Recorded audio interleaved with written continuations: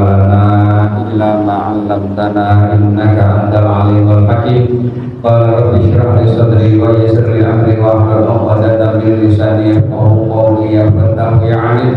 Allahumma alhimna wa talabidana 'ilman nafqahu bihi awamiruka wa nawahyaka wa rasulna fahman na'lamu bihi kaifa nudika ya arhamar rahimin. Allahumma akrimna wa talabidana bil fahmi wa akhrijna min dhulumatil wahmi wa ftah lana abwaaba rahmatika wa anshur 'alaina hikmataka bi rahmatika ya arhamar rahimin. Assalamualaikum warahmatullahi wabarakatuh. Al-Fatihah. A'udzu billahi minasy syaithanir rajim. Bismillahirrahmanirrahim. Alhamdulillahi rabbil alamin. Arrahmanir rahim. Maliki yaumiddin. Iyyaka na'budu wa iyyaka nasta'in. Ihdinas siratal mustaqim. Siratal ladzina an'amta 'alaihim ghairil maghdubi 'alaihim waladdallin. Satu perkara kita mohon kepada Allah, kita semua yang hadir, saudara-saudara kita, istri kita, anak kita semua, kita mohon kepada Allah agar mereka yang diberikan kurang sehat, diberikan penyakit, diberikan Allah Subhanahu wa taala, kita doakan kiranya Allah berikan ketabahan, Allah berikan kesabaran dan Allah sembuhkan, dan juga berikan ketabahan dan kesabaran Allah Subhanahu wa taala. Dan anak-anak kita yang sedang menempuh pendidikan, kita doakan kiranya Allah berikan putu, Allah berikan hidayah, Allah bukakan buka hatinya sehingga mereka dimudahkan dan menjadi anak yang soleh dan solihah, yang berbakti kepada kedua orang tuanya, taat dan patuh kepada Allah dan Rasulnya. Mungkin anak-anak kita yang sedang mencari pekerjaan, kiranya Allah berikan kemudahan semua. Ala hadhihi yang wa ila hadratin Nabi. Al-Fatihah. A'udzu billahi minasy syaithanir rajim. Bismillahirrahmanirrahim. Alhamdulillahi rabbil alamin. Arrahmanir rahim. Maliki yaumiddin. Iyyaka na'budu wa iyyaka nasta'in. Ihdinas siratal mustaqim. Siratal ladzina an'amta 'alaihim ghairil maghdubi 'alaihim waladdallin. Amin. Jemaah yang dirahmati Allah Subhanahu wa taala, Bapak Ibu yang sama-sama kita hormati, kita muhtaram Ustaz Nasir, kita muhtaram Ustaz Sholih, dan juga muhtaram Ustaz Soji dan Bapak RT, semua jemaah yang semuanya dirahmati Allah Subhanahu wa taala. Kita melanjutkan materi untuk kitab Nasoih Diniyah. Nasoih itu bentuk jamak daripada nasihatun. Nasihat, nushun sebenarnya maknanya itu bersih. Jadi orang kalau biasanya memberikan nasihat itu biasanya murni, bersih. Makanya disebut dengan nasihatun. Bentuk jamaknya nasoih. Jadi nasihat-nasihat ad-diniyah yang diambil dari bahasa ad-din, yaitu agama.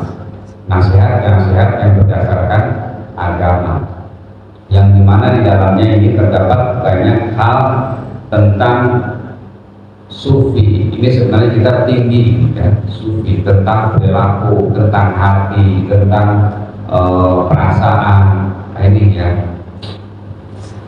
Oke, pada minggu yang lalu sekarang kita sudah masuk ke bagian wa'lamu anna ma'asyiral ikhwan. Ketahuilah bahwa ma'asyiral ikhwan yaitu golongan ikhwan, saudara-saudara. Jadi ini salah satu adab ya. Jadi ma'asyiral muslimin. Jadi dianggapnya semua yang hadir saat menyusun kitab ini adalah ikhwan, saudara. Kenapa saudara? Ada satu hadis begini. Saat Rasulullah berada di Madinah di podium sedang khutbah, kata Nabi, ra'aitul haud, saya melihat telaga. Tidak satu pun dari sahabat itu yang melihat. Saya melihat telaga di depan saya. Liman, kata sahabatku, untuk siapa telaga itu? Jawab Rasulullah, li ikhwani, untuk saudara-saudaraku ikhwan. Kenapa bukan untuk saya, kata sahabatnya. Nahnu kah ya Rasulullah? Mungkin buat kami ya Rasulullah, bukan. Terus buat siapa? Ikhwani. Siapakah ikhwani di situ? Nabi cuma menjawab, siapakah ikhwani di situ adalah amanu bi walam yarawni. Yang disebut dengan saudaraku di sini, kata Nabi Muhammad, mereka lah yang beriman kepadaku, percaya kepadaku, walam yarawni, walaupun mereka tidak pernah melihat aku. Siapa? Kita sebagai umat Nabi Muhammad akan mendapatkan haud itu, minuman, telaga. Jadi kita nggak pernah hidup dengan Nabi, apalagi bersama, sholat berjamaah, tidak. Tapi kita percaya, beriman kepada Nabi, walaupun kita tidak pernah melihat Nabi, tidak hidup sejaman Nabi, maka dialah nanti yang akan mendapatkan haud, telaga. Apa luar biasanya haud ini? Kata Nabi, man syariba minhu la yadma'u abadan. Barang siapa yang meminum haud itu, maka tidak akan pernah haus untuk selama-lamanya. Kenapa? Karena nanti di padang mahsyar itu, manusia, seluruh manusia itu dalam keadaan menunduk. Matahari hanya beberapa jengkal, mereka menunduk semua tanpa ada yang memakai baju. Semuanya seperti bayi dilahirkan, panas-panas. Nah, satu-satunya yang bisa, kalau kita sudah mendapatkan haud minum itu, maka nggak terasa. Jadi jangan bayangin kita enak dong pada telanjang, ya kan? Kagak ada yang mikirin gituan. Lupa dengan anak, lupa dengan istri, lupa dengan orang tua, semuanya menunduk di padang mahsyar, nungguin waktu hisab, persis seperti kita dilahirkan, tidak ada yang ganti. Nah, disitulah nanti akan disiapkan oleh Nabi haud telaga, dan kita kalau sudah minum nggak haus untuk selama-lamanya, enak. Ada yang tenggelam dengan keringatnya sendiri dari saking panasnya sampai mata kaki, ada yang sampai lutut, ada yang sampai betis, ada yang sampai bahkan tenggelam dengan keringatnya sendiri saking panasnya. Gak ada lagi anak, gak ada lagi orang tua di situ. Semuanya masing-masing. Gak ada yang ingat itu siapa enggak. Berapa? 40 tahun di padang mahsyar nungguin itu. Lama. Jadi di dunia nggak ada apa-apanya sekarang ini. Sebentar kita dikasih kesempatan hidup, hanya sebentar. Makanya kehidupan di dunia itu diibaratkan zat besok. Lah, hidup yang sebentar ini kita sia-siakan, ya kan? Ya Allah. Makanya ada yang main buru-buru aja ya, mati. Ya Allah, pikiran pendek ya. Karena itu sekali lagi, itulah yang disebut dengan ikhwan, bahasanya ya, saudara, bahasa kita ya. Jadi saking ta'zimnya kepada siapapun yang membaca ini disebutnya sebagai ikhwan. Ayyadakumullah, semoga Allah berikan kekuatan. Siapapun yang sedang mengkaji kitab ini, Allah berikan kekuatan. Ayyad. Apa katanya? Anna khairul qulub, bahwa sebaik-baik hati, wa ahabbaha, dan senang-senangnya hati, ilallah, menurut Allah. Hati apa? Makana latifan, yaitu hati yang lembut, nakian, hati yang bersih, minal batili, dari kebatilan, wasyukuki, dan keraguan-raguan. Wah, ini sampai di situ. Bahwa sebaik-baik hati seseorang dan hati yang paling dicintai menurut Allah adalah hati yang lembut. Karena di dalam unsur manusia ini ada 4 unsur ya. Pertama unsur tanah, ini badan ini yang kita pegang, ada yang hitam, ada yang putih, ada yang sawo mateng, ada yang sawo busuk, ya biar. Ini satu unsur tanah. Yang kedua adalah unsur hati, al-qalb. Fisiknya ada di dalam dan ini berperan. Yang ketiga unsur fuad. Fuad itu akal yang di dalam, yang mempertimbangkan, yang memutuskan. Kalau bahasa kitanya, ketika kita mau melakukan sesuatu menurut hati, lalu dipertimbangkan oleh fuad. Ini kira-kira baik apa enggak nih? Ini kalau saya lakukan, ini kira-kira hasilnya bagaimana nih? Itulah yang menentukan. Baru yang keempat unsur ruh. Ruh itu semua ruh semuanya adalah dalam keadaan muslim. Semua manusia saat dilahirkan, sebelum dilahirkan, ditanya oleh Allah, alastu birabbikum, di dalam Al-Quran, bukankah saya ini Tuhanmu?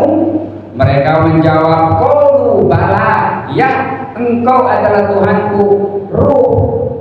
Makanya semua manusia dilahirkan sebelum balik semuanya dalam keadaan muslim, tidak berdosa, dibawa balik. Kalau dalam Islam belum mukallaf, karena dalam keadaan suci fitrah. Jadi semua roh saat dilahirkan berjanjian dengan Allah, alastu birabbikum, mereka semuanya menjawab qalu bala, ya bala. Semuanya menjawab, mengakui roh ya. Dan roh itu tidak ada taut yang tepatnya kecuali Allah.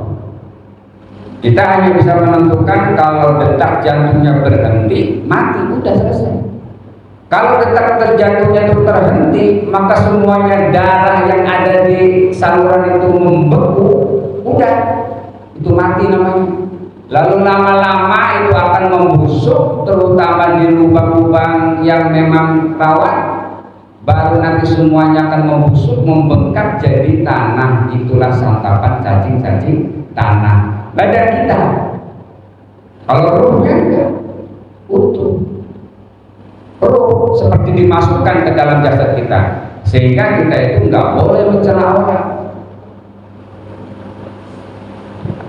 Dasar lu hitam, dasar lu nggak boleh. Dasar Jawa, dasar Sunda nggak bisa. Kita tidak boleh mencaci orang karena suku, termasuk agama, bukan nggak boleh kita caci. Seluruh agama nggak boleh kita caci.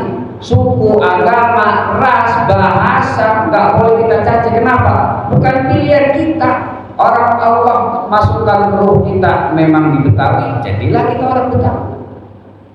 Ruh kita masuk ke dalam rahimnya orang Jawa, kita jadi orang Jawa. Termasuk ruh kita masuk misalnya ke rahimnya orang Jerman, kita jadi orang Jerman. Nggak ada pilihan. Kalau kita mau pilih enak ya, kita nggak mau masuk orang Prancis saja gitu kan, jaga hidupnya maco, ya kan? Nggak bisa. Karena itu ketika ada manusia Jawa, Sunda, apapun itu, kita tidak boleh mencela, tidak boleh ada yang merasa gua lebih, ya, lebih hebat, enggak, ya. Nah, jadi menurut Allah itulah unsur-unsurnya ya. Nah, unsur manusia yang tanah itu, maka kita punya sifat hewani. Saat dilahirkan kita nangis karena berasa dia bisa melihat. Dan kita pasti punya ketertarikan, butuh makan.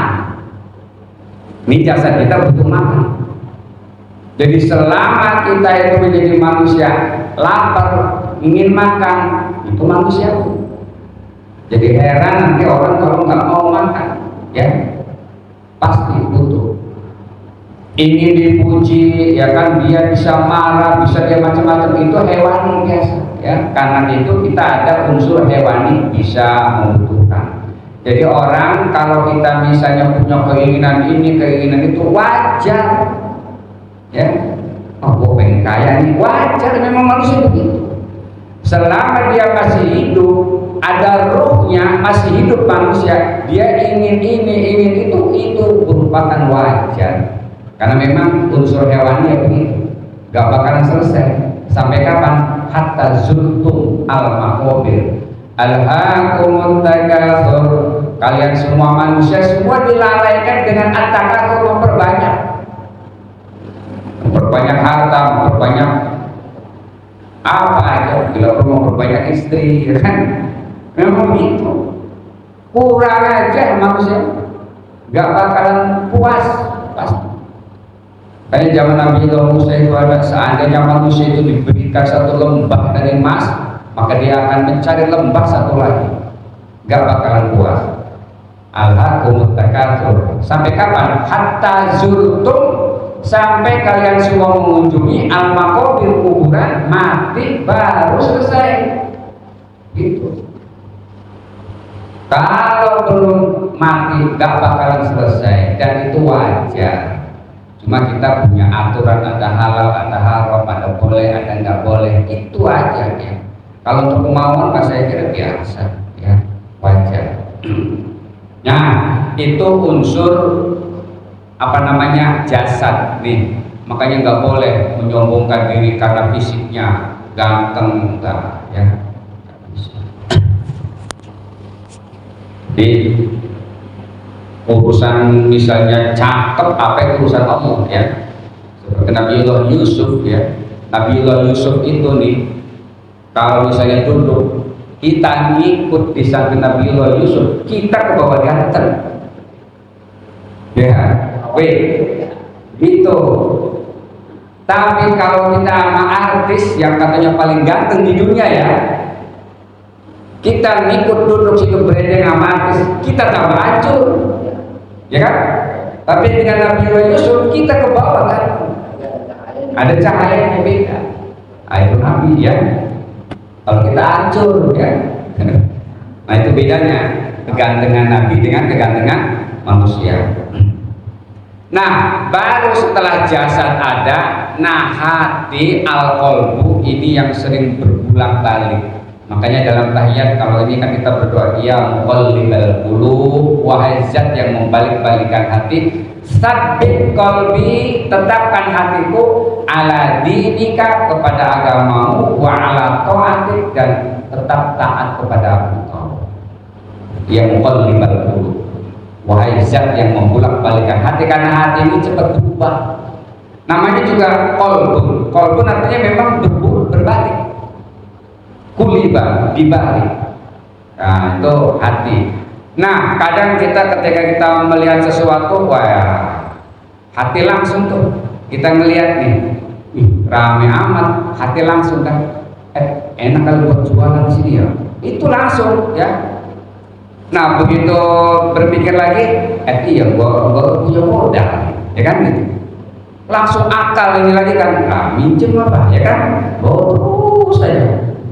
Terus, nah nanti yang memfilter itu akal. Setelah apa namanya dipertimbangkan itu baru akal, pinjam, ya kan?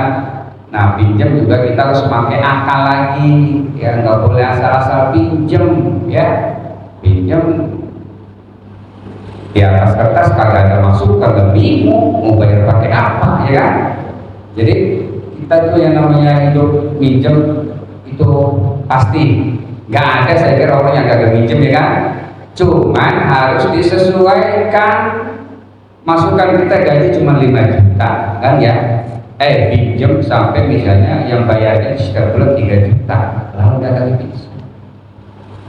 Kalau ahli ekonomi, kalau namanya pinjam itu 20%. Kalau 5 juta ya 20% misalnya 1 juta, 2%-nya 20%-nya kan 200.000 ya, 200.000 kali 5 ya berarti 1 juta, itu maksimal.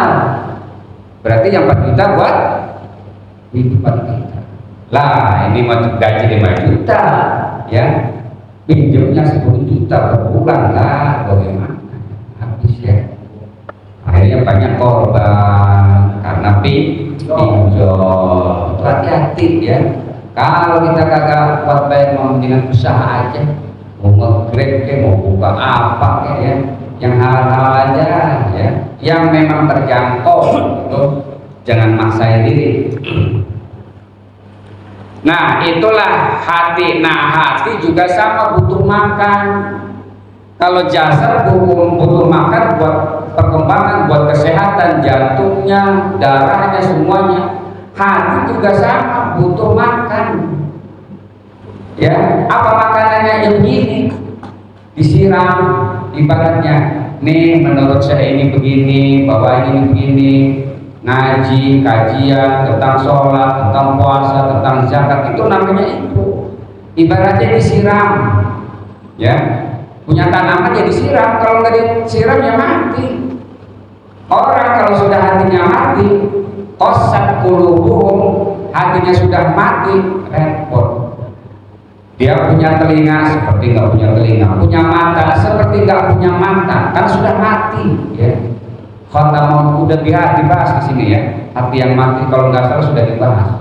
Ya, sumun, bukmun, umyun, fahum, la yarji'un. Sumun, sum, tuli, bukmun, bisu, umyun, buta, fahum la yubsirun, dia nggak bisa melihat, fahum la yarji'un, dia tidak kembali.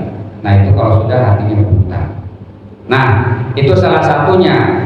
Nah setelah itu baru roh itu tidak ada yang tahu kecuali Allah, macam-macam. Saat meninggal, dalam kitab Al-Ruh Ibnu Qayyim, roh ini macam-macam. Ada yang adanya itu di burung yang warna hijau yang berterbangan di surga. Kalau rohnya orang mukmin. Ada lagi yang mengatakan kalau orang kafir di sijil, neraka sijil. Roh dia beda, tidak menyatu dengan kita. Ya, nah itu roh sampai hari kiamat. Nah, roh itu yang tahu hanya Allah. Makanya ketika ditanya itu adalah kulir roh. Ketika ditanya roh, Allah apa? Jawabannya cuma Nabi Muhammad dari Allah. Min amri Rabbi, itu urusan Tuhan, urusan Allah. Tidak ada yang tahu. Nah, itu beberapa hal terkait dengan jasad kita. Oke. Nah, hati di sini yang sangat dicintai Allah adalah hati yang lembut, tidak kasar, ya. Makanya Nabi di dalam berdakwah itu, walaupun tafadzon, wahai Muhammad, jika engkau itu kasar, ghalidhal qalbi, keras hati, lamfattu min haulik, maka dia akan lari dari kalian, dari Nabi Muhammad. Jadi metode dakwah Nabi itu begitu lembut. Masuk Islam bukan karena pedang, bukan karena perang, tapi karena kelembutan akhlak Nabi. Abdullah bin Salam, ketika orang kafir, orang Yahudi, Abdullah bin Salam jadi sahabat. Saat dia ingin kenal dengan Nabi Muhammad, cukup dari melihat mana sih yang namanya Muhammad itu, orang Yahudi. Begitu dilihat, langsung dari pancarannya itu saat melihat Nabi Muhammad, dia langsung yakin, wah ini benar, ini Nabi, bersyahadat kepada Nabi karena melihat itu. Wah, kalau sudah hidayah seperti itu, kalau belum hidayah nggak bisa. Seperti Abu Jahal, Abu Lahab belum hidayah. Termasuk maaf pamannya sendiri Abu Thalib belum hidayah, walaupun dia pengen. Apa dalam kalimat bahasa Arabnya? Innaka la tahdi man ahbabta walakinallaha yahdi man yasha. Wahai Muhammad, kamu tidak akan pernah bisa memberikan hidayah kepada orang yang kau cintai. Kamu cinta kepada Abu Thalib pamannya, tapi Allah tidak akan pernah memberikan hidayah, gak bisa. Walakinallaha yahdi man yasha. Allah memberikan hidayah kepada yang Ia kehendaki, bukan yang dicintai oleh Nabi Muhammad. Nah itu beberapa hal. Jadi sekali lagi hatinya lembut, tidak marah, itu Nabi. Kalau kita kan nggak boleh salah dikit, ya kan? Dasar apalagi yang namanya di jalan itu, motor, mobil, senggol dikit, habis itu. Kalau anak Nabi nggak begitu. Dan banyak cerita-cerita ya orang yang punya akhlak yang baik seperti tokoh sufi yang saat dia di bawahnya di atas orang Yahudi ya, rumahnya bocor, dia tadangin pakai ember, begitu nggak kelihatan nih sang sufi ini ditengok oleh orang Yahudi, lihat di pojok ada ember, ditanya itu ember apa? Air dari atas. Lah di atas kan rumah saya, kata orang Yahudi. Udah lama itu, ada kali 10 tahun. 10 tahun nadanya itu ya kan, orang Yahudi geleng-geleng. Waduh, ya kan, apa ajaran yang bisa mengajarkan begini? Ternyata adalah Islam. Itu akhlak ya, lembut artinya kagak marah. Wah, kalau kita bawain golok itu, apalagi sampai tahunan ya kan. Gajan ya oke, kita mengaji sebanyak-banyak ya. Dan Isya selesai ya, kita sholat. Demikian yang dapat saya sampaikan, mudah-mudahan ini bisa menjadi mengkaji bersama ya, untuk kita semua yang membantu bacain ya, termasuk yang mendengarkan, untuk kita semua mudah-mudahan kita semua bisa menata hati kita agar lebih baik ya, tidak emosional, karena itu adalah yang dicintai oleh Allah Subhanahu wa taala. Bila karim Allahumma shalli wa sallim wa barik ala sayyidina Muhammadin al-Fatih lima ughliqa al-khatim lima sabaq nasiril haqqi bil haqqi al-hadi ila siratal mustaqim wa ala alihi wa ashabihi haqqa qadrihi wa miqdaril azim. Allahumma aslih lana dinana alladhi huwa ismatu amrina wa aslih lana dunyana allati fiha ma'ashina wa aslih lana akhiratana allati ilaiha ma'aduna. Allahumma ij'al al-hayata ziyadatan lana fi kulli khairin, Allahumma ij'al al-mauta rahatan lana an kulli syarrin. Allahumma ij'al jam'ana hadza jam'an marhuma wa tafarruqana min ba'dihi tafarruqan ma'suma. Rabbana atina fid dunya hasanah wa fil akhirati hasanah wa qina adzabannar. Wa sallallahu ala sayyidina Muhammadin wa ala alihi wa sahbihi wa sallam. Walhamdulillahi rabbil alamin. Assalamualaikum warahmatullahi wabarakatuh.